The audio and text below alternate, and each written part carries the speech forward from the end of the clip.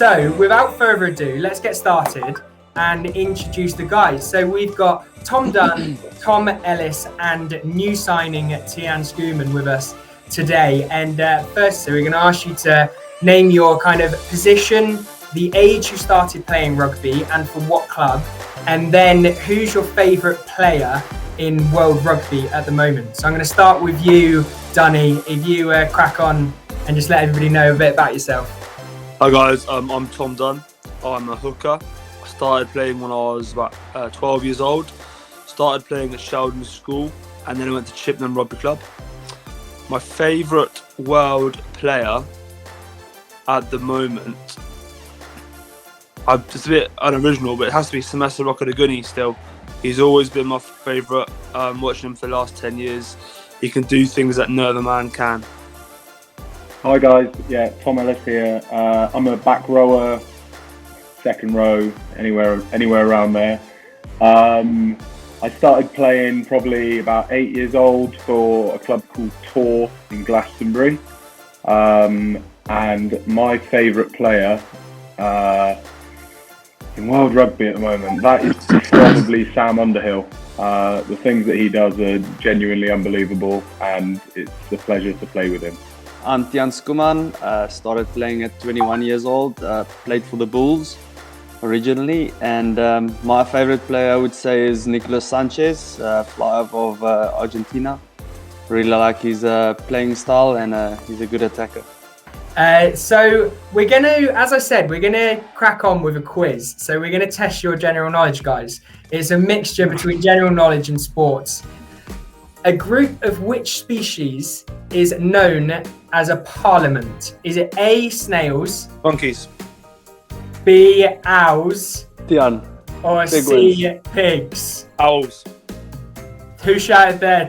Dunny's just going through. Who's claiming that one? Owls was me. Owls. Dunny's got there. You are correct. Who said monkeys at the start? Ellis. Dunny, he can't just read out everything he wants. Say every animal to get the right answer. Who won the Super Bowl 2021? A, Denver Broncos, B, New England Patriots, or C, Tampa Bay Buccaneers? Tommy Ellis? Okay. I think it's the Tampa Bay Buccaneers. It is. Correct answer. Well done. Which social media platform has the highest number of active users in 2020? Was it A, TikTok, B, WhatsApp, or C, Facebook? C. Correct answer. Correct answer there. Dunny's taking a lead again. Who won the BBC Sports Personality of the Year last year? Was it A, Jordan Henderson? Okay. Yeah, Okay. you're in. I think it's Lewis Hamilton. It was. Correct answer. What is the biggest selling PlayStation game of all time?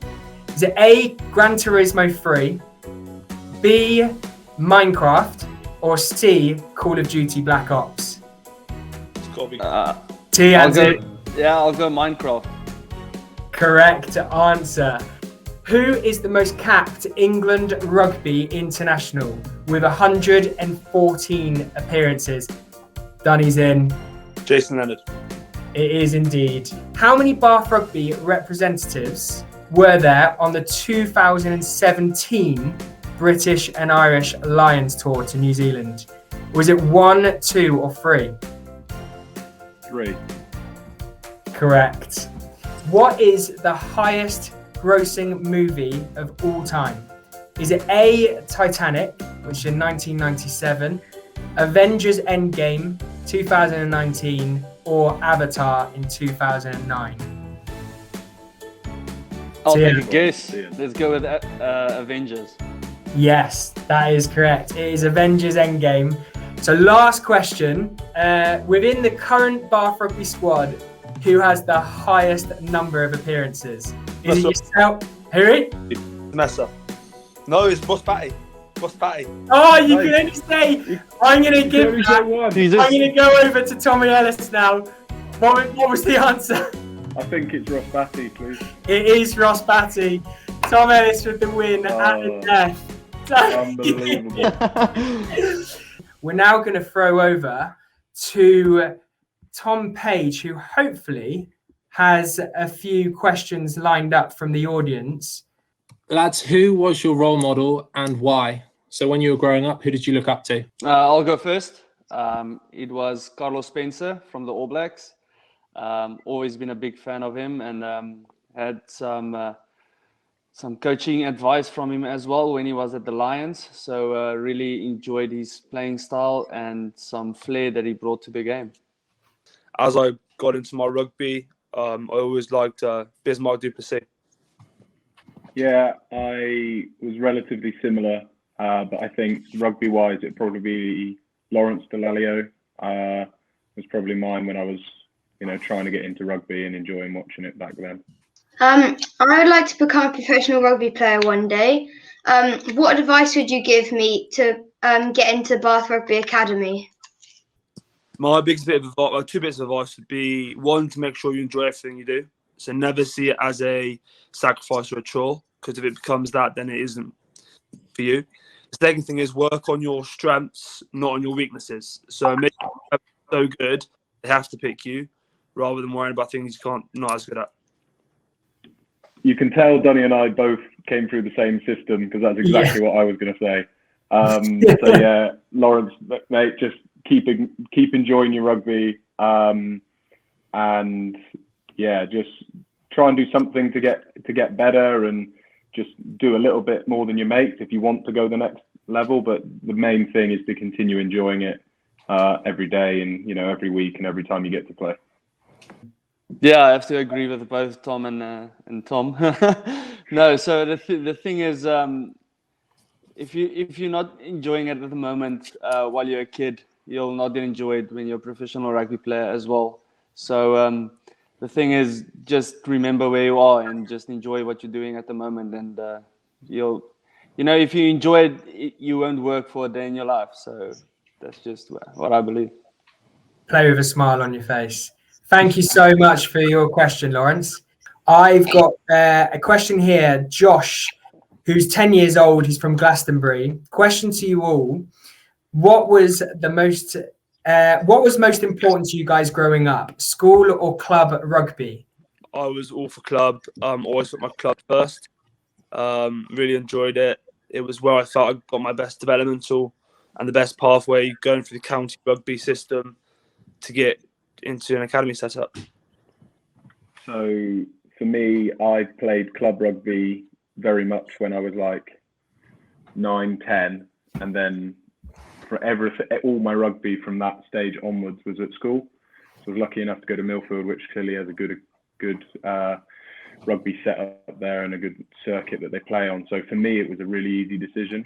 But I know that a lot of the boys that I played with at Tor massively continued to focus on their club rugby and the circuit that those guys are on there, because you're also playing against people that are all taking up time on their weekend to do it. It's not just something at school that's after class sport or whatever. So you're probably playing at a slightly higher standard at club, I thought.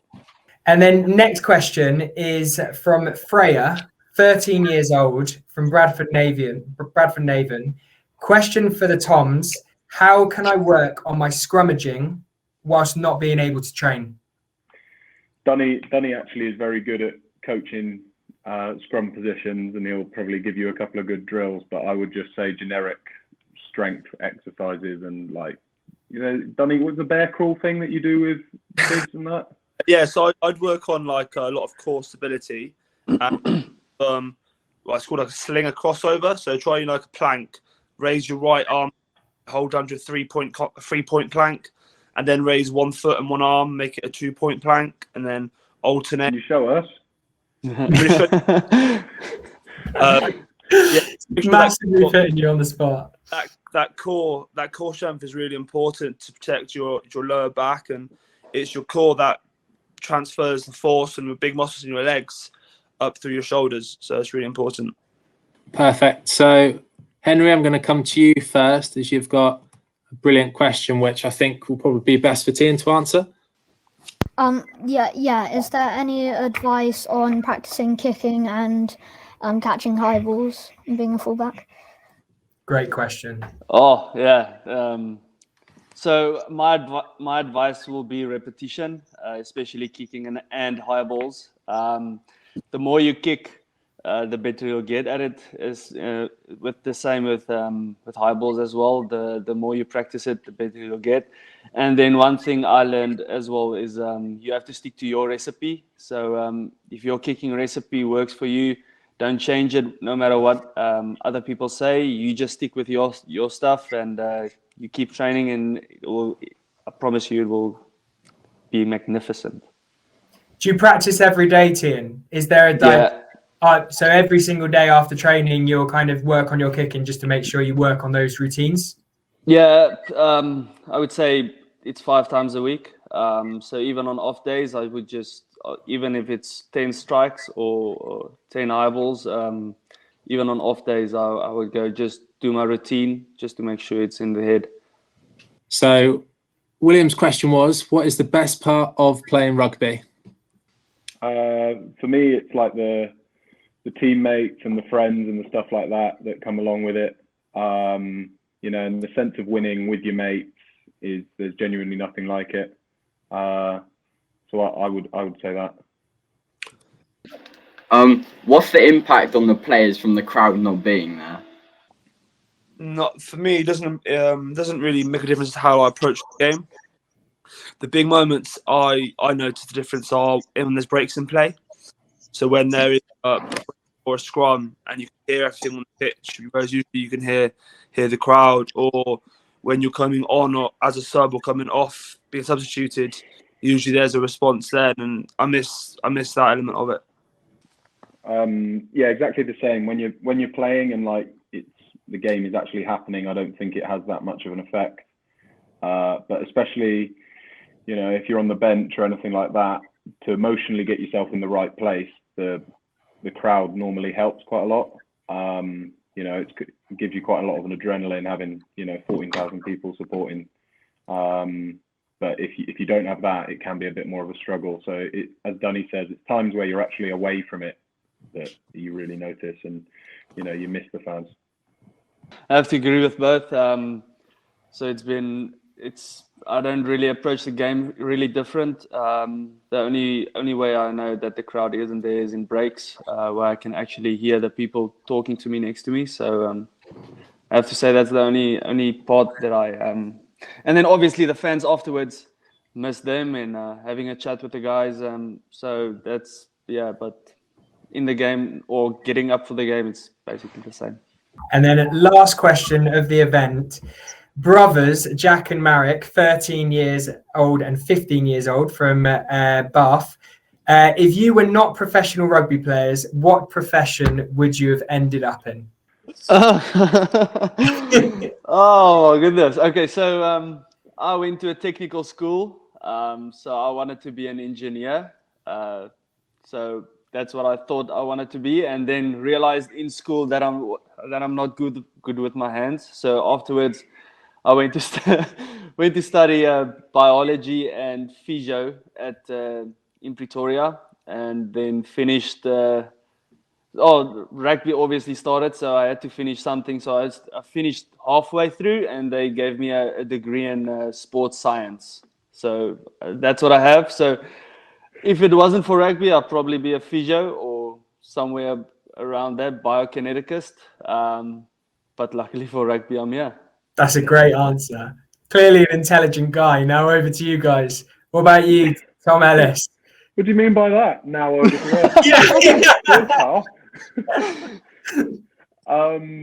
So yeah, I would probably have joined the military. My dad's in the military and my brother's joined, and it would have been that was probably the path I would have followed as well. So a lot less technical and a lot less intelligent, as you've kindly pointed out. Still a great answer though. And what about you, Dunny? Good question. I see myself as a bit of a people's person. So if I put my CV out there now, my dad's or mum's watching in about 10 years' time, that's brilliant. Yeah, I don't really know. I had a few jobs before rugby. I worked on site for a little bit. I worked in a bar, I worked in a coffee shop. I worked on a farm. So I've done a bit of labouring, but honestly couldn't tell you. Whatever the body lets me do after rugby, I'll take it.